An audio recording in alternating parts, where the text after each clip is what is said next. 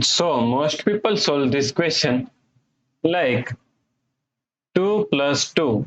So 2 plus 2 is equal to 4, right? Now 2 times 4. So 2 times 4 is equal to 8, right? So now 8 divided by 8. So 8 divided by 8 is equal to 1, right? But this answer is not correct. This answer is completely wrong. So now let's solve this problem correctly by using a PEMDAS rule, right? So PEMDAS, P E M D A S. According to PEMDAS rule, first priority is parentheses, then second priority is exponents, then third priority is multiplication and division.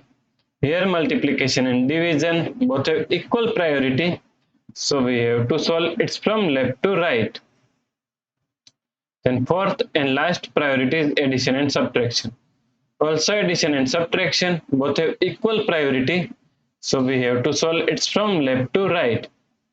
So in this question, here we have division, here multiplication, and here we have parenthesis, right? So according to PEMDAS rule, first we have to solve parenthesis. So first we have to solve this parenthesis, right? So now 8 divided by 2. Now solve this parenthesis, 2 plus 2 is equal to 4.